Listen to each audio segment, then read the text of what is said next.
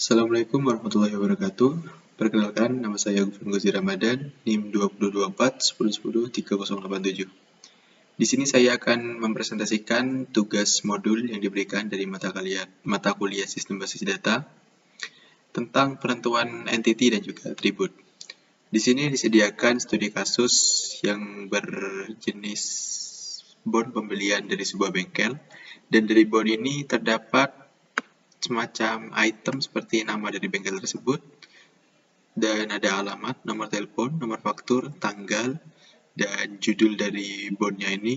Ada nomor polisi, merek, mekanik, dan juga tabel dari pembelian suatu barang di bengkel tersebut.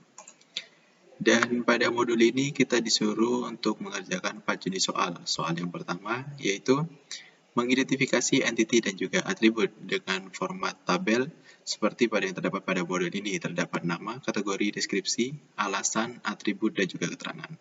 Di sini saya sudah membuat apa saja yang termasuk ke dalam atribut dan juga entity. Yang pertama ada entity bengkel. Kategorinya termasuk ke dalam benda nyata karena bengkel itu memang ada bentuknya.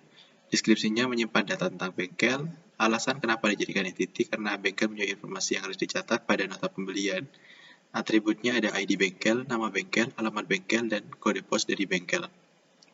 Keterangannya saat ada pembelian perlu mencatat bengkel apa, tetapi pembelian tidak perlu dicatat sebagai atribut dari bengkel karena pembelian merupakan entity tersendiri.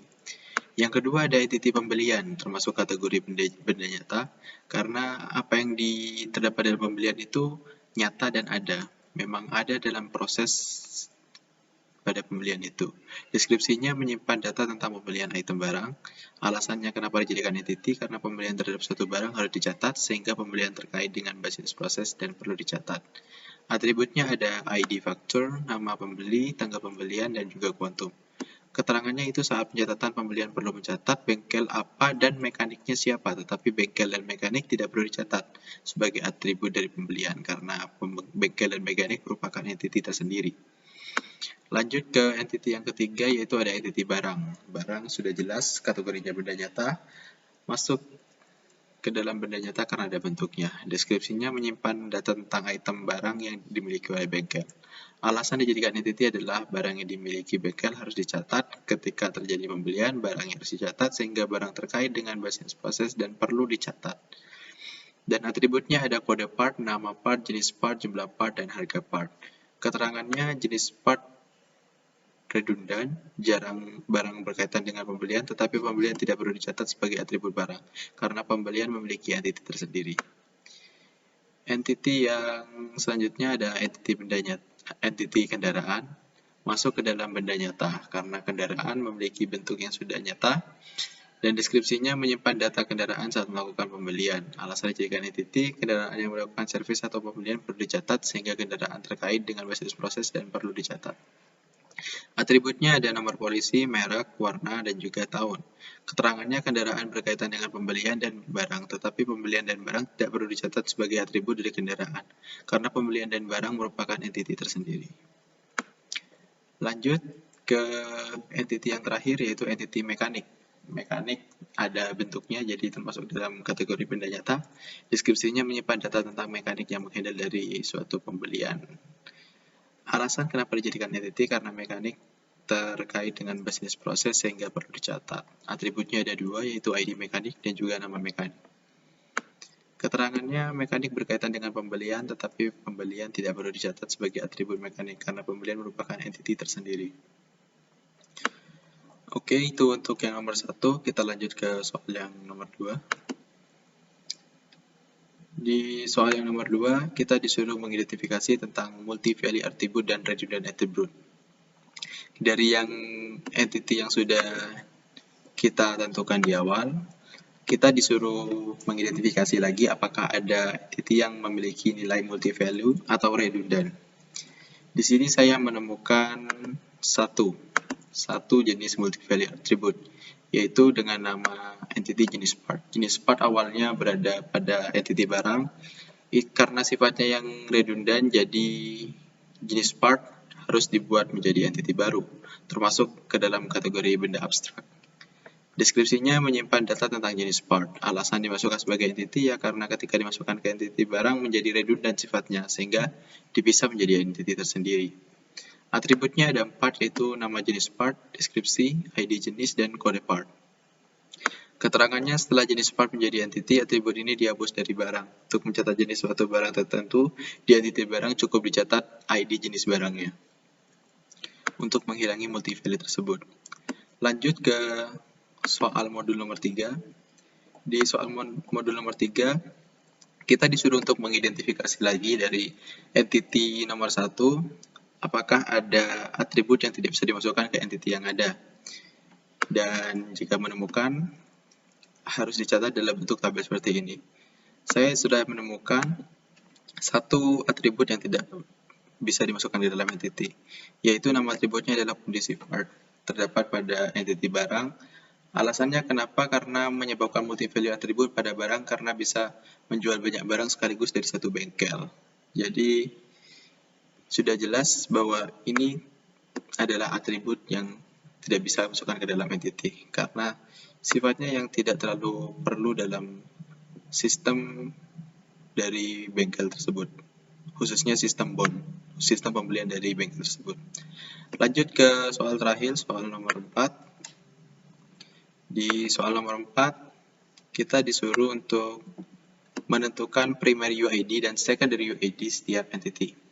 Ini untuk soal jenis 4 yang pertama. Untuk yang kedua, kita disuruh mengidentifikasi tentang relasi antar entity. Apakah ada hubungan atau tidak. Dan dibuat dalam format tabel seperti di bawah ini. Saya bahas dari soal nomor 4 yang pertama.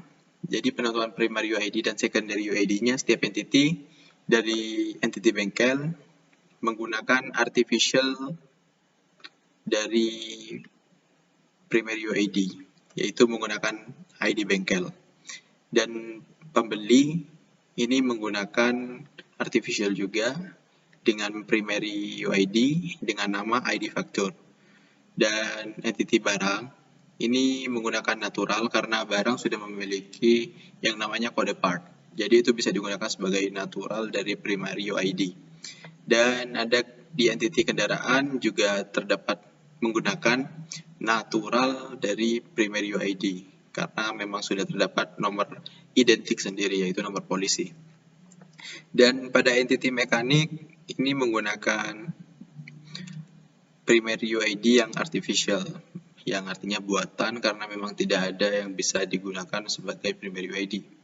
Dan di entity jenis part ini menggunakan natural primary UID, yaitu menggunakan ID jenis part. Dan juga terdapat secondary UID pada entity jenis part ini. Dan itu juga bersifat natural. Dan lanjut ke soal nomor 4 yang terakhir. Ini mengidentifikasi hubungan antar entity. Seperti pada tabel ini, yang berwarna hijau ini berarti memiliki hubungan dan yang merah berarti tidak ada hubungan. Seperti pada bengkel dan pembelian memiliki hubungan karena ketika kita ingin menambah atribut atau entity dari bengkel, itu membutuhkan atribut dari pembelian.